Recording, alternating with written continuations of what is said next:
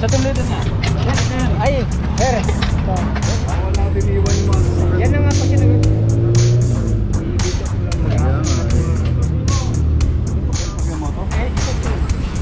Bulacan po po.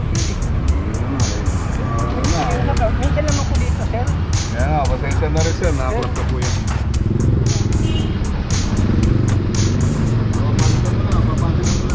Kasi nilang gisnan, ang kinagisnan nilang dati, pwede tayo magparada kung saan taan. Okay, po, yan ang ating team leader, Sir Mendoza. thank you po. Sir, mabuhay ka. Mabuhay ka rin, God bless. Iyo, salamat.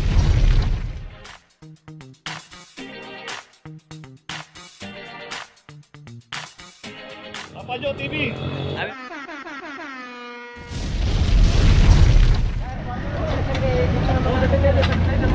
Sir, huwag mo na, sir. Sa tuloy na.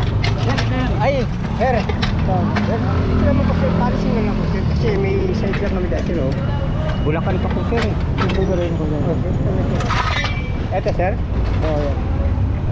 Okay, dito ngayon tayo sa Puresa Extension Corner San Jose. Nga, pinipigilan ni Kuya itong isang ano rito. Ito, wala to. Sir. Sir. Papajo na. Sir.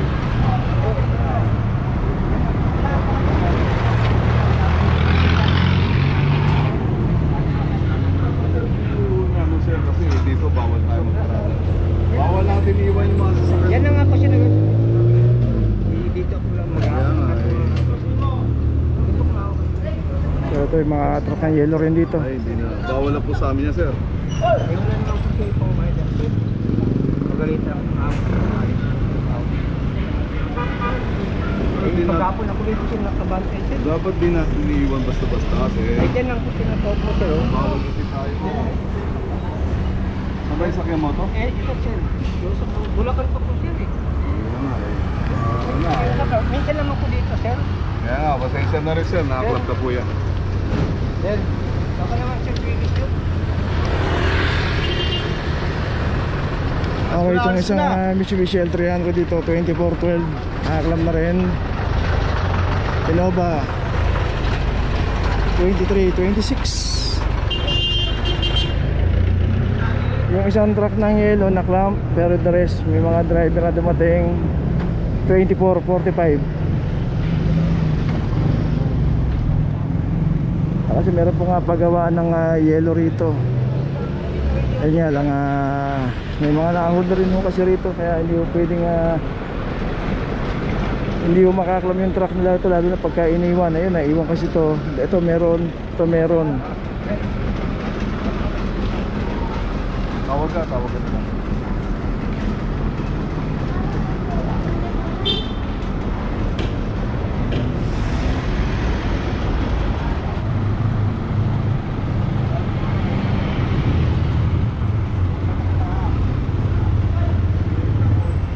Ito, may mga driver. Dito kasi nagpipick up ng yellow rito.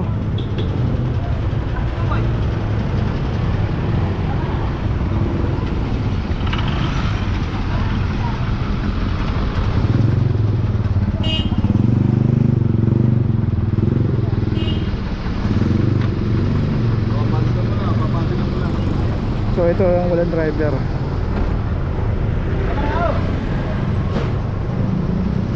So itong isang L300 may notice na. So ito na ang ginagawa niyang Innova. Notice na. So bali isa, dalawa, tatlo, apat na sasakyan ang naklam dito. Ayan yung pabrika ng yellow rito.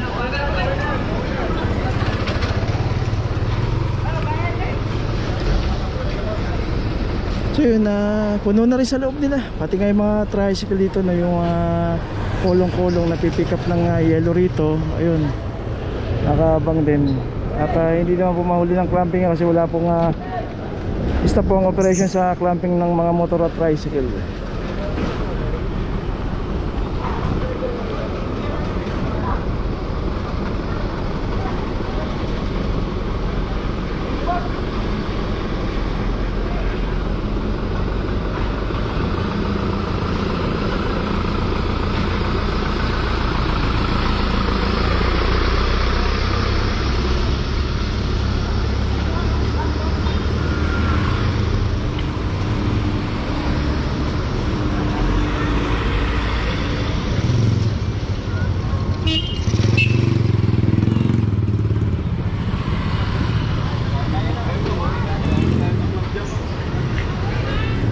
Okay, so lahat may notice na, meron pa ron. Puntahan pa natin. Ay, nako. Abe.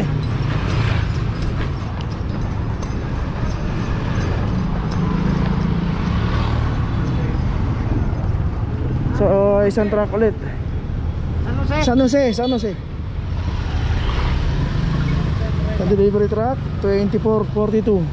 Wala rin driver.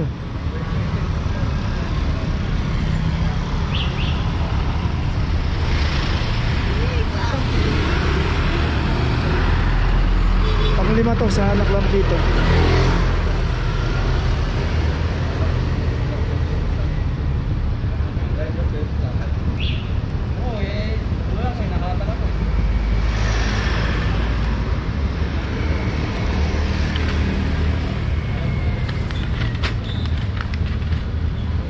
San Jose.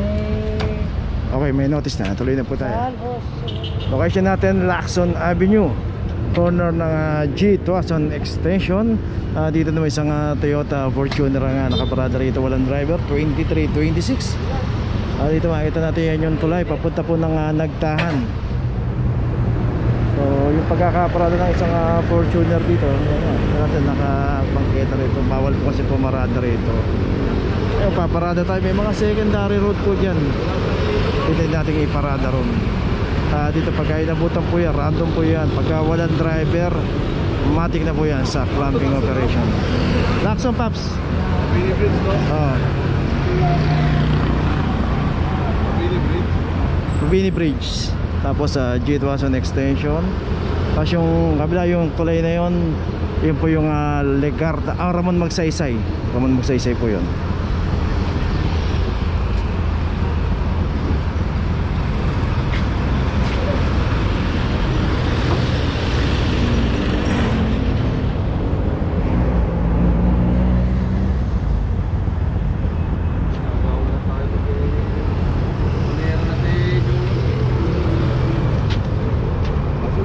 Itong Fortuner may notice natin. Location natin Vicente Cruz, in between ng Florentino Street at P. Margal Street.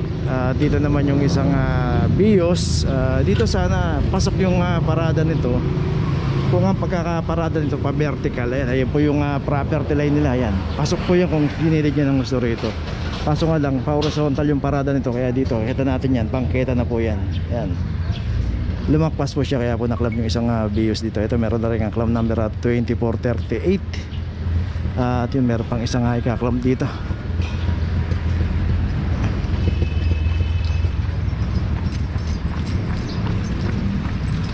So dito yung isang Mirage dito. Ito meron pong MOA. Ayan. So meron siyang MOA o permit. So isa lang ang naklam dito, yung isang Mirage. Ayun, tinatawag pa ni ate. So yung MOA naman po, regarding sa MOA, City Hall na po nag-i-issue niya. Depende na po yan kung ma-aprobahan tayo. So yung Mirage na isa rito, ito may claim na 2439.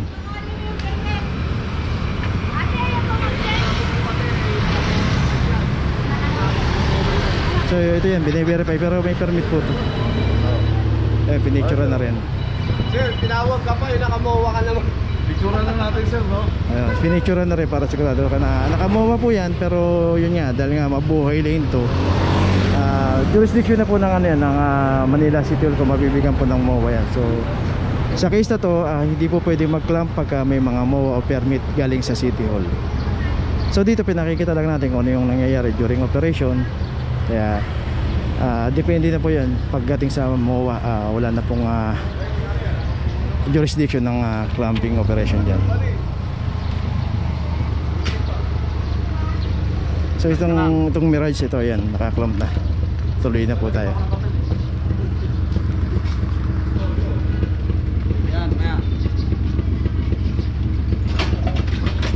So yung isang Bios na kulay itim din dito.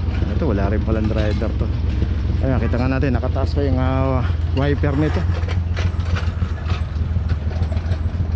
So kung magdamag na tayong nakaparada, siguro ano na rin po yun, para alisin na po natin ng maaga yung ating mga sasakyan sa kahabaan ng Mabuhay Lane kung wala tayong mga MOA o permit.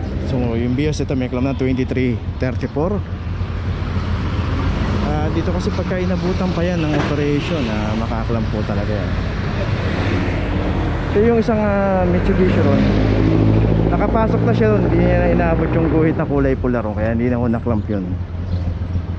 Medyo nag-adjust po yung bahay doon, kaya nakapasok mabuti yung sasakyan. Pero itong isa rito, isang crosswind, eto nakaklam naman to kasi lumakpas na rin po ito. Kita natin yung gulong niya, o yan o. Ito yung gulong. So kita natin, lakpas na po yan. Sayang nga kung parada rin ito pa vertical, maaari, hindi ko kasi maluwag pa naman dito sa haba po kasi ng crosswind, umabot na rin po kasi rito, kaya naklam na rin to. Lakpas na po siya dun sa bangketa. So hindi na po nila property to, government property na yun. 2406. Kaya nga minsan yung iba nagtatanong, sa tapat na namin na may garahe kami, nakapasok na, bakit yung pa kinaklam? Tama po yun, pero ang nangyari lang po kasi lumakpas tayo, so kailangan pa nating i-ayos yung pagparada natin. So pwede pa naman to siguro ang pagparada nito pa atras para maipasok natin dito sa kanilang property line.